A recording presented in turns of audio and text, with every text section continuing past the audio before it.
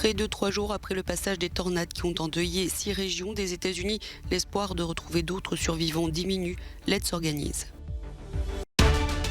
La Nouvelle-Calédonie vote non à l'indépendance, un scrutin marqué par une forte abstention, principalement due au boycott des indépendantistes. Le variant Omicron déferle sur le Royaume-Uni. Boris Johnson parle de raz-de-marée. Une 3e dose de vaccin va être proposée à tous les adultes. Des dizaines de personnes sont toujours portées disparues dans le Kentucky, aux États-Unis. Vendredi, une trentaine de tornades ont traversé 6 États, laissant une traînée de destruction sur des centaines de kilomètres. La ville de Mayfield, 10 000 habitants, est devenue le symbole de cette dévastation. Ici, les équipes de secours continuent de rechercher d'éventuels survivants, même si l'espoir s'amenuise. Le président Joe Biden a approuvé l'état d'urgence et les agences fédérales de réponse aux catastrophes ont commencé leur déploiement. Le bilan provisoire est d'une centaine de morts. La garde nationale a été déployée. Nous avons plus de 300 gardes sur le terrain. Ils font tout du porte-à-porte. Enfin, il n'y a plus guère de porte. Ils vont plutôt de décombre en décombre à la recherche, espérons-le, de survivants. Mais autrement, pour informer les familles, leur donner au moins des certitudes sur leurs disparus. Otherwise, to at least have certainty for families that we can advise them of their loss. L'aide s'organise, des bénévoles distribuent de la nourriture, des vêtements et produits d'hygiène. Les églises locales sont très mobilisées, offrant des abris à ceux qui n'ont plus rien. Dans l'usine de bougies de Mayfield, réduite à néant alors que 110 personnes y travaillaient vendredi, Jason Recinto était conducteur de chariot élévateur, il essaie d'aider. Les mots ne peuvent pas décrire ce qui s'est passé, pour être honnête avec vous. En fait, le service incendie auquel j'appartiens est bénévole. Je travaille actuellement dans ce bâtiment et c'est juste complètement dévasté. Une quarantaine de personnes ont été sauvées de cet effondrement, mais au moins 60 autres sont encore portées disparues et les autorités disent qu'il est peu probable qu'il y ait d'autres survivants.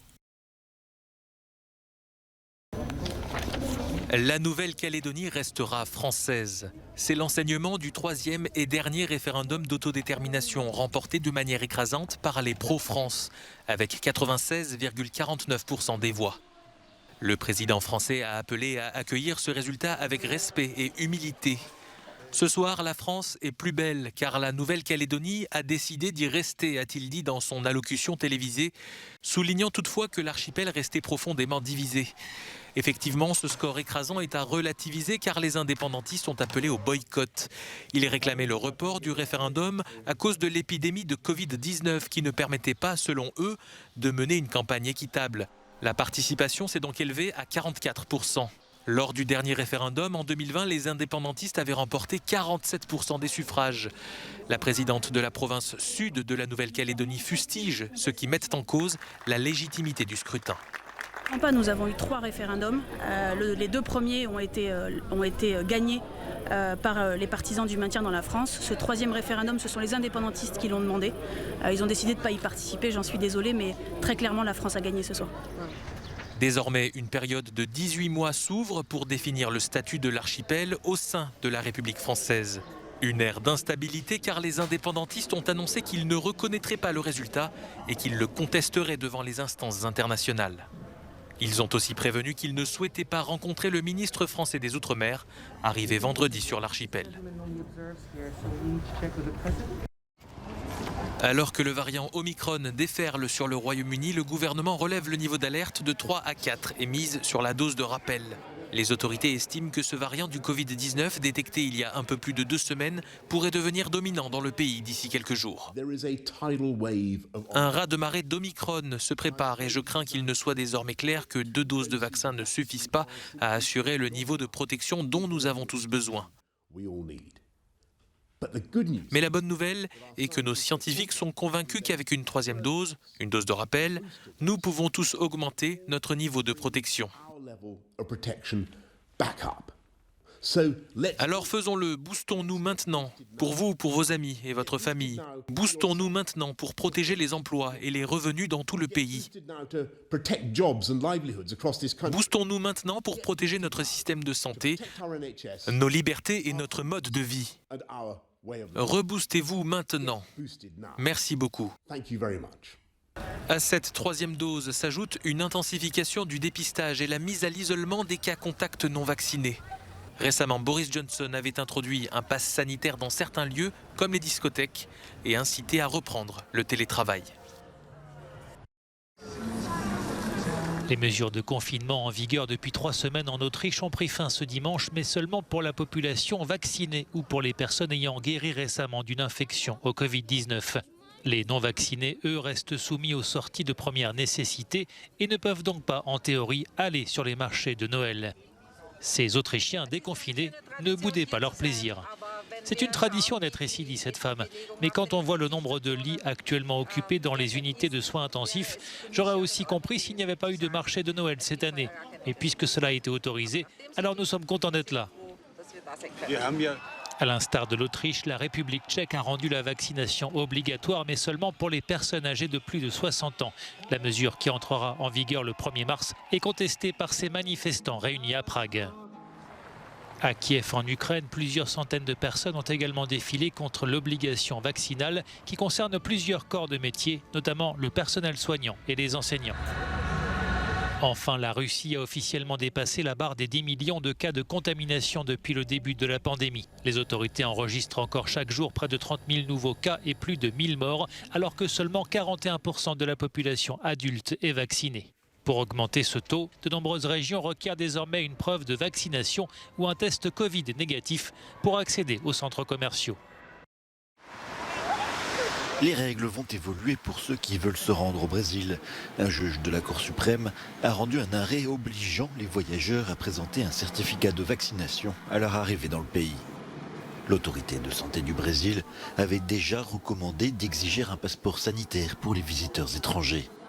Mais le gouvernement du président d'extrême droite, Jair Bolsonaro, avait écarté cette mesure mardi, l'exécutif optant pour une quarantaine obligatoire de 5 jours pour les voyageurs non vaccinés. La décision du juge de la Cour suprême doit encore être validée par 9 autres magistrats. Reste qu'elle est symbolique dans un pays où le chef de l'État refuse catégoriquement de se faire vacciner.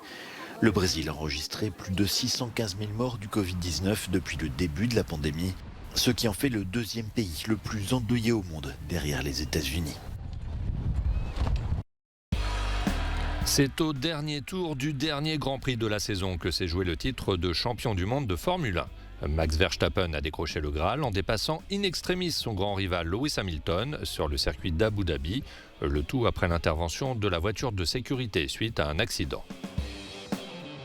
Le Néerlandais et le Britannique se sont livrés à une lutte acharnée tout au long de l'année, abordant même cette dernière manche du championnat avec le même nombre de points.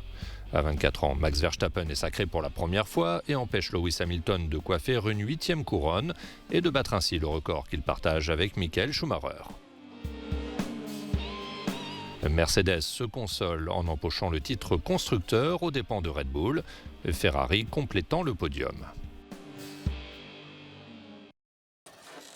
La neige est éclatante et les préparations avancent à Rovaniemi en Laponie finlandaise, demeure officielle du Père Noël. Cette saison est bien évidemment la plus importante ici. Chaque année, 1 demi-million de personnes visitent le lieu, mais la pandémie va-t-elle gâcher la fête?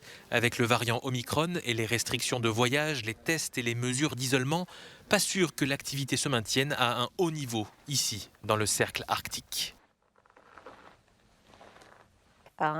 C'est comme un puzzle. Chaque jour, vous regardez les mises à jour des restrictions et vous vous dites quelle est la nouvelle règle pour les voyageurs et pour les employés du secteur touristique et les entreprises. Comment allons-nous survivre? Cela a été 1 an et demi très dur et on ne sait pas quand ça va se terminer. Le tourisme rapporte habituellement environ 260 millions d'euros par an. En 2020, les revenus ont dégringolé de plus de 60%. À cause d'Omicron, les vacanciers ne savent pas s'ils vont pouvoir venir ni repartir. L'épidémie évolue trop rapidement. Donc tout le monde décide à la dernière minute, comme ce couple qui craignait une annulation de leur voyage jusqu'à ce qu'ils montent dans l'avion. Honnêtement, nous nous sommes un peu inquiétés, mais tout le monde semble être vacciné et il faut espérer avoir assez de chance. Jusqu'ici, tout va bien. Les plus déterminés et vaccinés qui parviennent malgré tout à se rendre dans le Grand Nord sont récompensés par de magnifiques paysages d'hiver et des aurores boréales.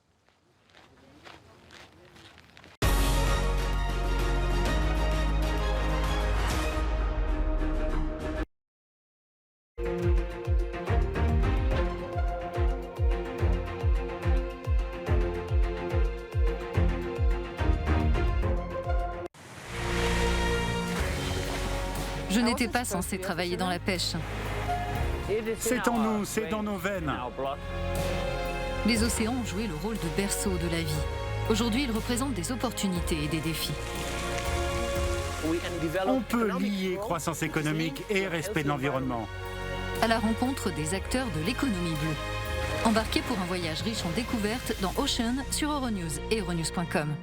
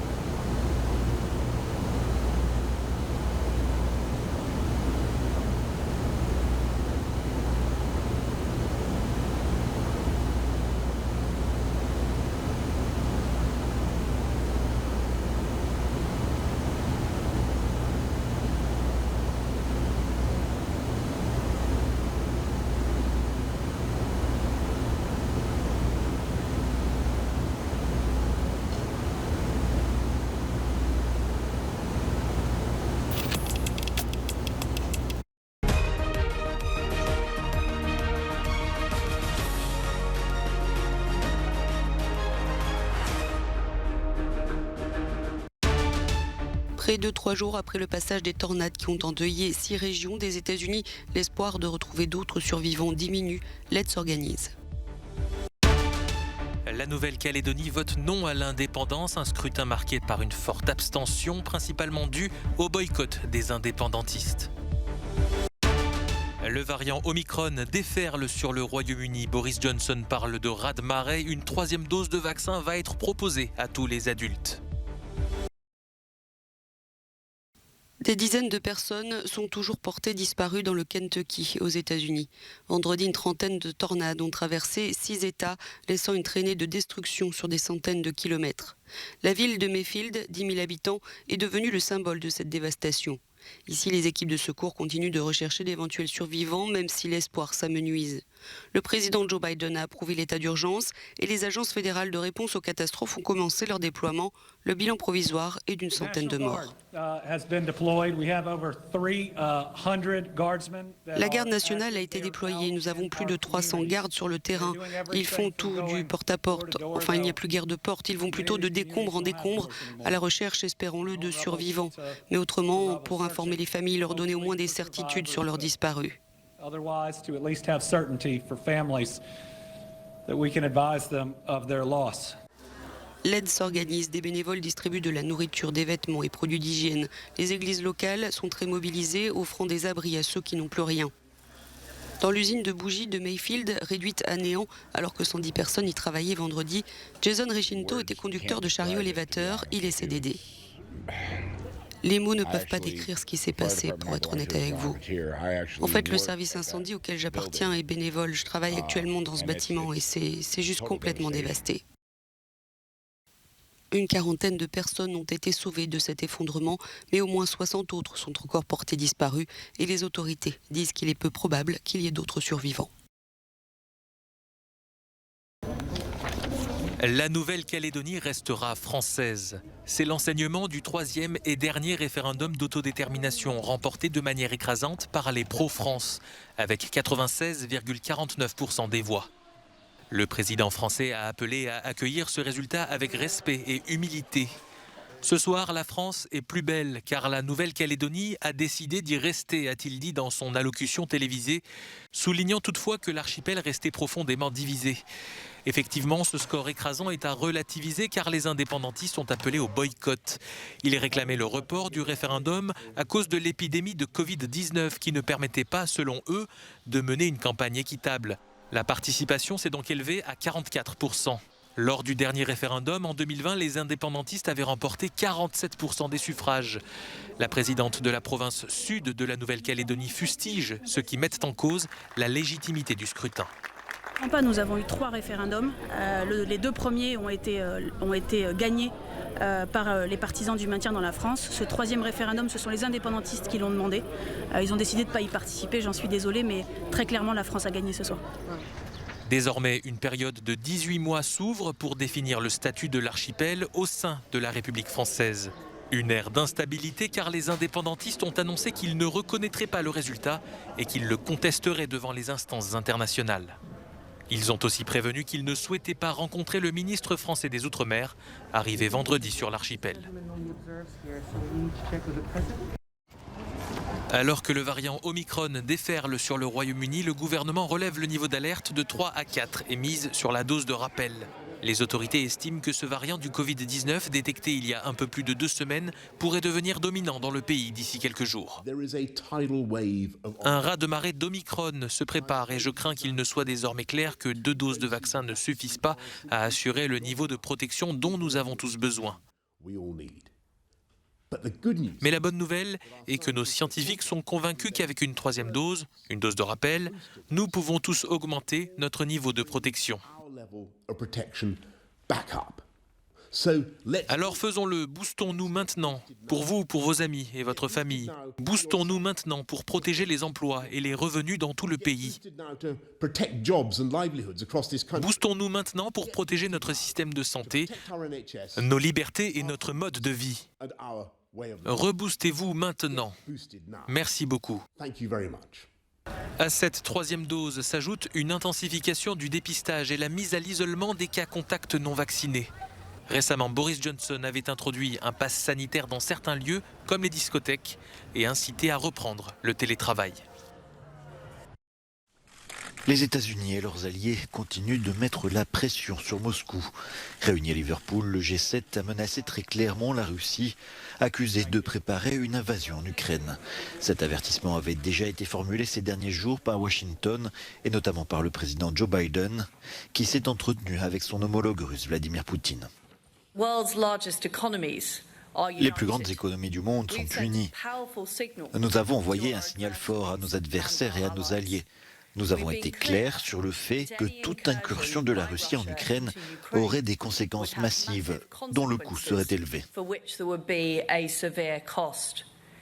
Nous avons également montré que nous défendons la liberté, la démocratie et le droit des personnes à vivre sans répression où qu'elles se trouvent. Le gouvernement américain a annoncé dépêcher la secrétaire d'État adjointe en Ukraine et en Russie dès lundi. Sa feuille de mission, obtenir des progrès diplomatiques pour mettre fin au conflit dans le Donbass, tout en faisant respecter les accords de Minsk de 2015. Cela fait désormais 85 jours que de la lave et des panaches de fumée s'échappent du volcan de La Palma dans l'archipel des Canaries, ce qui en fait l'éruption la plus longue de l'histoire de l'île espagnole. Des images aériennes prises ce week-end ont permis de découvrir des trous causés par les coulées de lave. Les scientifiques ignorent quand cette éruption prendra fin. Une intense activité sismique était encore détectée ce dimanche sur le Cumbre Vieja. En près de 3 mois, cette éruption volcanique a détruit près de 3000 maisons et bâtiments et des milliers d'hectares de terres cultivables. La production bananière, notamment la principale richesse de l'île, a été durement impactée. Si de nombreux habitants ont dû être évacués, aucun décès n'a été signalé jusqu'à présent et la vie se poursuit normalement sur la majeure partie de l'île. And the winner of European Film Depuis Berlin, lors d'une cérémonie virtuelle samedi soir, le grand gagnant des European Film Awards, qui récompense chaque année le meilleur du cinéma européen, fut Quo Vadis, Aida, de la réalisatrice bosniaque Jasmina Zbanić. Meilleur film, meilleure réalisatrice et meilleure actrice, le film a remporté l'adhésion des membres de la European Film Academy qui regroupe 4200 professionnels européens du cinéma. Quo Vadis Aida, la voix d'Aida en français, est un film puissant nominé en début d'année aux Oscars et qui revient sur le massacre de Srebrenica pendant la guerre des Balkans en 1995. On a même parlé de génocide avec l'exécution de plus de 8000 Bosniaques musulmans par des Bosniaques serbes. Ce film est dédié aux femmes et aux mères de Srebrenica et à leurs fils, mari, père, tués, 3 générations d'hommes exterminés à cause de leurs origines. Les femmes de Srebrenica trouvent un moyen de construire la paix dans un pays complètement détruit. Les femmes doivent toujours réparer les dégâts causés par les hommes. Je dédie ce prix aux femmes de Srebrenica et à nos mères qui nous ont appris à transformer la destruction en amour. Le film est porté par l'interprétation de Jasna Đuričić. Quo Vadis Aida est une coproduction européenne exemplaire. 10 producteurs de 10 pays différents y ont participé.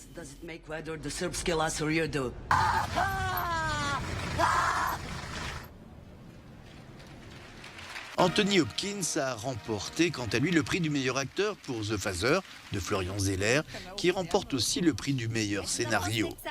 Mais l'autre grand gagnant de l'année est le film Flea du franco-danois Jonas Poher Rasmussen, qui remporte, fait unique, à la fois le prix du meilleur documentaire et celui du meilleur film d'animation. Le réalisateur n'a pas réussi à se connecter pendant la cérémonie, mais a exprimé sa joie à l'écran. Flea, c'est l'histoire vraie d'Amin, un Afghan qui a dû fuir son pays à la fin des années 80 alors qu'il n'était qu'un enfant. «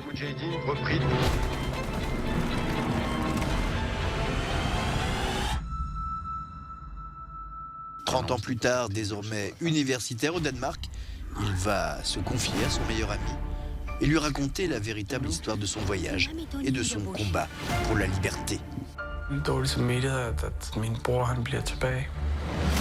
Vi flygtede med menneskesmuglere. De værste mennesker i mit liv.